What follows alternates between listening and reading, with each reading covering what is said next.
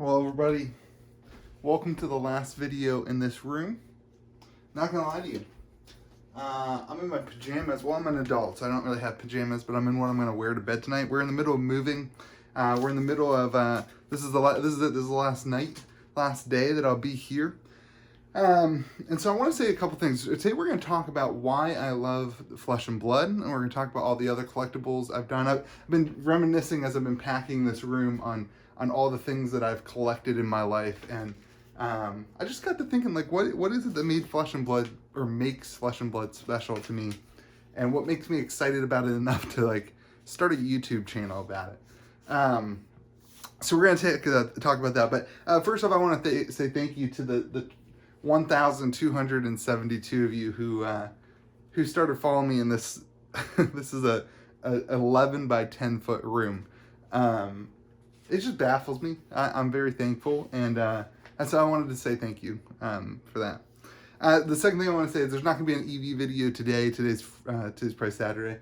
There's not going to be an EV video. I thought I was going to be able to make it work, but I don't have internet in the new house until Tuesday now, so they didn't come on Friday when they said they were going to, so I won't be able to like upload it and do all that stuff from home. It's just going to be too much with the family to have to stay anyway, it's just not going to work. So there won't be an EV video this week, but there will be content.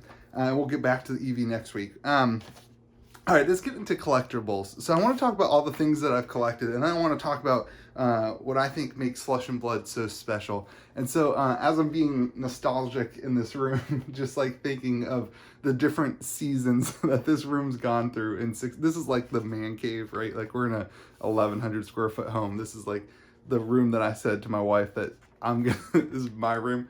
And so in this room, it's stupid, crazy. So, all right, back up. I got involved in Pokemon when I was a kid. That kind of, you've heard this story. That kind of got me addicted to collecting it all and whatever. I played the games that got me into video games or whatever. So let's get into all the things that have been in this room. So I have a hat collection, right? These are Finley hats. They have a pocket in the inside. I love them. I started collecting hats. At some point in my life, I decided to collect all the vintage Star Wars figures from 1977 to 1984. The ones later were a lot more expensive, so I couldn't afford them. I had a board game collection in this room. There used to be a table with a TV screen that I built into the table to play Dungeons and Dragons, and then I also got super into board games. Right here you can still kind of see it is a Scythe poster. That's like my favorite board game of all time. Is Scythe, however you want to pronounce it, by Stonemaier Games. So I have a huge board game collection, and this room was kind of dedicated to board games. When I first moved in, when I first graduated from college, I had started buying and selling vintage video games on eBay, and I made a bunch of money buying stuff at yard sales, and had a huge vintage video game collection that I ended up selling to start my videography company. And yeah, so like I had this old school video game collection, so I've just collected so many things. And all of my life, I've loved YouTubers. I've loved connecting. I've always thought that it was something I could do, but nothing ever seemed special enough for me to like be like, no, I want to do this. Like nothing ever had that little gustacho, like, I don't know if that's a word, that made me want to like, go for it and be like, let's talk about this all the time. And so I want to talk about what makes Flesh and Blood in my mind so special. Maybe you can relate to some of these things, right? Like maybe you can relate to some of these reasons that you're involved in this game. Maybe you can relate to some of these reasons that you're watching a YouTube channel or that you've hit the subscribe button. And so let's chat about it. So this is what I think, makes Flesh and Blood so special. Number one, I think right now, this isn't number one. This is in no particular order. The first thing I thought was like, I feel like we're all kind of on the ground floor of Flesh and Blood. If I had come along in Flesh and Blood and there was already a good chunk of content creators that were dedicated just to Flesh and Blood. There's a good chunk of content creators who are doing Flesh and Blood content, but a lot of them have multiple different games that they're covering, and I was like, man, there's not really somebody who's just dedicated like really solely to Flesh and Blood, and I might sprinkle in some other content every now and then, but I was like, man, like I think that we all kind of relate to that we feel like we're on the ground floor of Flesh and Blood. Like we feel like there's a ton of room to grow. And like maybe you got involved in Alpha or Arc first, but like even if you just got involved in Crew, or even if Monarch first is your first set, it still feels like we're on the ground floor. Like it still feels like we're starting here. And so I think collectability wise, it's like the potential is so huge. And so I think that's a really special thing. Like, I remember listening to a podcast about Magic the Gathering, and like the early days of Magic the Gathering, and the people that like made it happen, and the people who made the the events happen, and they organized all the play, like the first tournament in New York City, and how much they dedicated their lives, and they didn't get paid a lot to do it, but like they loved the game so much. I feel like that's where we are. Like, a lot of us can, like, we're on the ground floor in this thing, and we can make it happen, whether it be in your local community or on YouTube, or as a singles store, like Mitch from Midtown Merchant is really going for it in the singles store. And it's like, we feel like we're on the ground floor of something, and whether that be helping your local community grow or doing something different, like, it feels special. And like, I love that. Like, I think that's so exciting. Like, I can't be that excited about Magic the Gathering because it doesn't feel that special. It doesn't feel new. So the ground floor, I think, is what makes Flesh and Blood so special right now. The other thing is, it seems like Flesh and Blood is something more than just a card game. And I think this comes, it stems from Legend Story Studios' idea that they're committed to getting people to gather together in the Flesh and Blood. And that's so important to me. Like, I think this last year has been so terrible in terms of like isolation and maybe I'm projecting myself a little bit, but like feeling alone a lot. Like, I work from home now, and like I've been in this 11 by 10 office working for a year now, whatever it is. And it feels like the idea of getting together in the Flesh and Blood is really awesome. And we've seen this even on Discord servers and in the communities, and like, it's just been such a cool thing to connect with people. And so it feels like this game that's like, it's a card game. Like, I don't know, do I mean cards? Yeah, it's about these cards, right? But like, really, it's about something so much more. Like, it's about connecting, and it's about enjoying each other. It's about community, and about gathering together with a commonality. And I just did these play mats, right? And like, I was just thinking about all the different countries that I got the opportunity to ship a playmat to. And like, you have to do a different label, you have to do the custom stuff. It's like a lot of work, but like, the opportunity to connect around the world, like, I would never, like, it's just such a cool thing. And that's for all of us, like, playing in Discord games against, shout out to Sam, or Simi, sorry dude, I just forgot your name, but Simon, there we go. Shout out to Simon on our Discord server. He's like always asking to play games, and it's like he's in Norway, and like, it's so cool to be able to gather. And even though that's not in the Flesh and Blood, like the physical Flesh and Blood, it's still connection, and like, that's so important. And I love that Flesh and Blood, love that Legend Story Studios is so passionate about that. And then like the skirmish thing, like they really hit that home run. And so, man, that idea that's just about something bigger than just a card game, it's about connection, that's really special to me. And so I really love that. And then, the other thing, I mean, the game is just addicting. Like, every time I play the game, I say this all the time, every time I play the game, I like the game more. And the game is addicting, it's really tight, it's really good. But it also feels like it has so much room to grow. And where Magic the Gathering, I'm not just comparing, I love Magic, I still want to play Magic, like, I'm going to try to get my Commander group back together, but it feels like Magic the Gathering is just so big, and like, it's like, if it grows anymore, it's going to feel bad. And whereas Flesh and Blood, like, it seems like there's such an opportunity to get broader. Such an opportunity to grow, and it's going to be really fun to see. And that's a little bit like what it's saying, like being on the ground floor, but it's really cool to see where the potential, like the PvE stuff, I think could be really, really cool. And like, it's just so much fun. It's so addicting and so much fun to play. And man, it's just, that's obviously a big part of it. Honestly, like, that is the third behind like something bigger that, I don't know. And so the game is just addicting. It's really fun. I think it has a lot of potential to grow too. And that gets me really excited. Like, I love thinking about, like, you're not, like, when a new Magic set comes out, you're not like, oh man, I wonder what the new mechanics are. It's just not that exciting.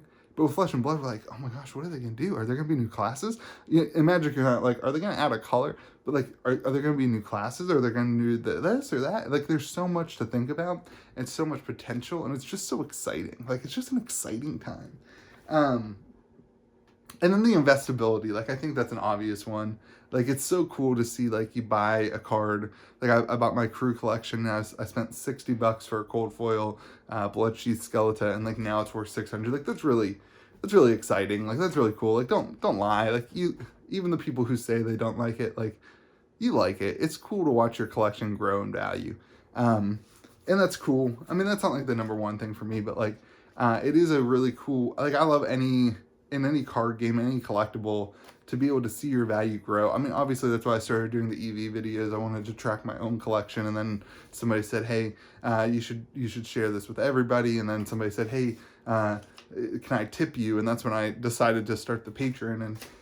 And so for me, it was like, to see the collection grow and to see the value, like, that to me means something. Like, it means that my collection is worth something, not just to me, but also to other people. And that's really, what's the word? That's really, like, endearing to somebody who's collecting something.